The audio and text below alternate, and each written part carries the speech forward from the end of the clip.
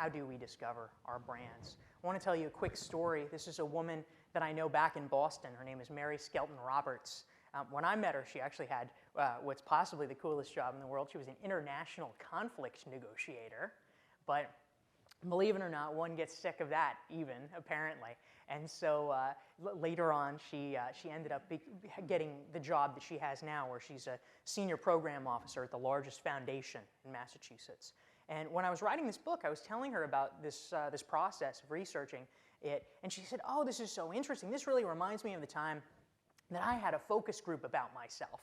And I said, wait, what are you talking about? And she said, "Oh, well, it was fantastic." And she told me the story. She was at a career crossroads. She felt like she kind of played out being an international conflict negotiator. And she was looking for her next direction. She was talking to her friend Dawn, and she said, I don't really know where to go. And Dawn said, "Oh, I will run a focus group for you." And so Mary was a little bit skeptical, but she tried it. So she invited a dozen of her friends. Some of them she'd known her whole life. Some of them were of newer vintage. They all came to her living room. Mary was exiled to the corner.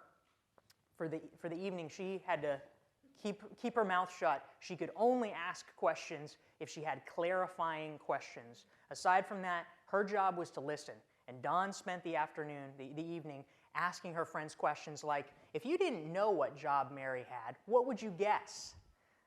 Mary's greatest strengths are what? The world would be a better place if Mary did what? She said at the end of the night that it was the most enlightening professional experience she'd ever had, because her friends could see things about her that she was not capable of seeing herself. Now, it's not for everybody. Sometimes I tell that story and some people just wince and say, "Oh, I can't think of anything worse than having a room full of my friends talk about me for 2 hours." So it's a thought experiment. It's not for everybody, but it's an interesting example of how to go to the ground source and begin to see some of how other people really do see us. I mean, why is it necessary? When I was interviewing folks for my book, Reinventing You, there was an executive coach that I spoke with, and she told me a story about a client that she worked with. And this gentleman, he seemed nice enough when she met him, but the first thing that often happens when you're working with an executive coach is they'll do a 360 analysis. Some of you guys have probably had this, where the coach will go and they'll interview your boss, your peers, your subordinates, and say, well, what's he really like to work with? And get a kind of holistic picture. So she went around asking about this gentleman, and she got back terrible feedback. They said, he's rude, he's arrogant, he's obnoxious, he doesn't respect me. And she said, wow, this is incredibly negative. I have to figure out what's going on here. So she asked questions to find out, what's he doing? What's he saying? And it turned out that at heart, he was not really any of those things. He wasn't meaning to be. What he was someone with a bad habit. He interrupted people a lot. And he did it enough that people needed to find a way to explain his behavior. And the explanation that they came up with was, he doesn't care about my opinion. He doesn't respect me.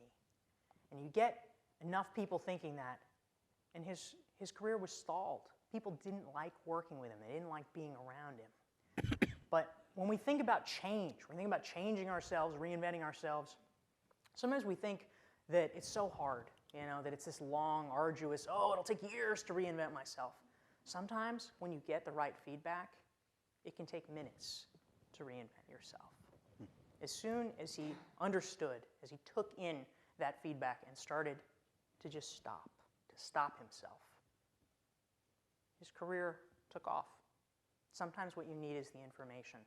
And so one suggestion that I have, one possible exercise for when you go back to your offices, you can do your own 360. You don't even have to have an executive coach, although it's great if you have one. What I'll suggest is find 4 or 5 trusted friends and ask them. It'll take 2 minutes. If you only had 3 words to describe me, what would they be? I guarantee you that in that simple exercise, like a parlor game almost, you will begin, once you talk to 4 or 5 people, to see patterns, both in what they say and also in what they don't say. The problem for us is that we know too much about ourselves. We have too much information, and it's almost impossible to tell what's coming through loud and clear to the outside world and what is so subtle they might not even notice it. But if you say you only have 3 words, that can begin to cut through.